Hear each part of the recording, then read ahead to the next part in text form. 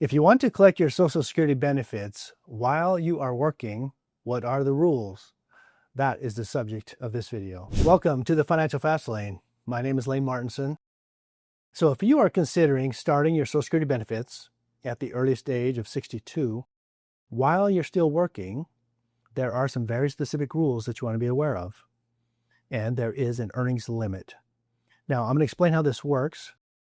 Take a look at my chart. First, how many people that are eligible to receive Social Security retirement benefits are starting those benefits at age 62?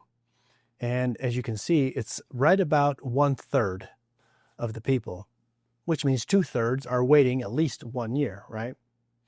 Then you can see between ages 63 and 66, there's about 25% or 26% more that start. And then at age 66, it's about 25% more. And then from 67 to 69, there's just 7.5%. And 8% of the people will wait all the way till age 70. So that's the trend of what actually is happening. So there's a lot of people that are starting their benefits early, and many of those people continue to work. And so sometimes they don't realize the impact of the earnings limit. And so let me explain how this works and with some updated numbers. So again, if you look at this chart, you can see that the earnings limit applies to all of the years prior to what's considered your full retirement age, which for most people these days is 67, somewhere between age 66 and 67, depending on your date of birth. But it only applies during those years. Once you reach your full retirement age, there is no earnings limit. It goes away completely. So that means you can continue to work and earn if you'd like, and you can receive Social Security benefits, and there is no penalty for doing so. So to just cover some basics to make sure you understand how Social Security works, if you look at this chart, you can see, so if you claim your Social Security benefit at age 62, it's a 30% reduction from what the benefit would be at your full retirement age. And you can see that if you wait just 1 more year, it's a 25% reduction, and so on. The longer you wait, the lesser of a reduction, all the way until you get to your full retirement age. At that point, it's considered to be your full benefit and there is no reduction. And then if you defer and continue to wait to start your benefits, you're going to get that guaranteed 8% growth each year, all the way up to age 70. There's never any benefit for going beyond age 70. Now, let's take a look at this chart. In this example, we're using just a PIA of $1,000, just to kind of keep the numbers simple and easy to understand. And so you can see there in the middle of the chart, PIA at age 67 equal to a benefit amount of $1,000. Okay, so that number is what everything else is based off of. If you claim earlier at 62, it's a reduction from that primary insurance amount. Okay, so you can see if you were to claim at 62, it's a 30% reduction. 63, it's a 25% reduction, and so on. So if you claimed at your full retirement age, you get the full benefit. If you delay, you get that guaranteed 8% for the next 3 years, for if you were to delay those next 3 years. And that 8% is a simple 8, but it is referred to as delayed retirement credits that will actually increase your benefit. Okay. And so now this is assuming no COLAs or cost of living allowances. So what is the minimum increase from a percentage standpoint? It's a 77% increase in the benefit, right?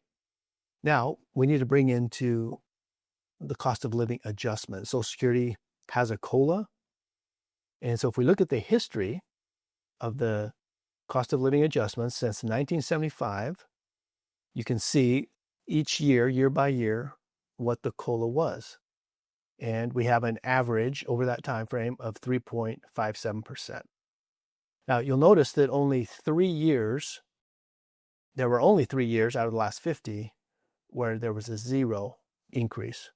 That was in 2009, 2010, and then also in 2015. So now, what is the increase if you were to defer all the way till 70? What's the percentage increase based on one historical scenario? Okay, I'm going to show you. Now, this is using the data from 2017 to 2025. Okay, so if in 2017, someone turned 62, and then they deferred all the way till 2025, right, 8 years later, their payment, Social Security benefit amount, would have increased 133% over that time, because there's some compounding effect from the COLAs that gets put into the mix, okay? Now, am I saying that everyone should defer until they're 70 or defer as long as they can? I'm definitely not saying that. It really depends on your specific situation. And I'm going to get into some of those reasons as to why it can make sense to claim earlier when we get into the time value of money. But you got to kind of understand first the potential of how that can grow within Social Security all by itself. And then we can look at some other scenarios, okay? One of the things that I hear all the time is, well, I'm going to keep working. I'm going to claim my Social Security benefits at age 62, and I'm just going to invest the Social Security checks and then keep working. And that sounds like a really great idea on the surface, but there's a problem with it. And that is the fact that there is an earnings test. And so let me explain how it works, and I'll give you an example, okay? So in 2025, the earnings limit is $23,400. So what that means is you can claim early, you can continue to work, there's no penalties or issues. But for every dollar above that threshold, 23,400, 50% is going to be withheld. So for an example here, look at the right on my screen. Let's say you're earning $71,400 per year. The earnings test threshold is $23,400. We're rounding here in this example. That gives you an excess earnings of $48,000. And so half of that is $24,000. And let's say that you did that for just 4 years, from age 62 to 66. In this example, that's $96,000 of Social Security benefits that you did not receive, that you thought you were going to receive. And so you're not getting nearly as what you thought you were going to get. So what happens in reality is some of the money that you receive, you get that full reduction based on the age that you start. And then the money that gets withheld, it's as if you hadn't claimed it for whatever period of time that's withheld. And so what happens is once you reach your full retirement age, they do an adjustment, and it will reduce the reduction on the benefit, because in other words, all of your money was not received at the earlier age and got the full reduction. So you get a less of a deduction. So it will increase your PIA number once you reach 60. Once you reach your full retirement age, but you don't really. It takes years and years for that to really come back to you. So, generally speaking, if you've got a good income, a substantial income, well over the threshold, and you don't need necessarily Social Security to live on to pay bills, but you want to take it for investing, that's a scenario that doesn't, in our mind, make sense. That earnings limit really hinders that idea. Okay. Now, there's another scenario where, let's say you have some savings, you have a retirement nest egg, and you're ready to retire, let's say at 62, and you're really ready to retire. You're not going to be working, so the earnings limit is not a factor. Now you can retire. Now does it make sense to claim early? Or where's your income coming to meet your bills? So if you have to take withdrawals now from your retirement accounts, so now you're faced with the question, should we pull money from investment accounts, or should we turn on Social Security for part of that? And again, It's not an answer that is easy to give without knowing some of the other areas, the other parts of your life, your financial situation. So I apologize that it's so complex, but it's important stuff, and you want to understand it, and you want to make the most of your money, and you certainly want your money to grow and be as strong as it can going forward. One of the things that I say often is that optimizing your overall retirement income holistically, comprehensively, will give you more income in retirement. There's a lot of efficiencies. We're talking about time value of money. We're talking about opportunity costs that come into play. And when it's all fit together in a comprehensive plan, it really will result in more income in retirement. It's mathematical, it's quantifiable.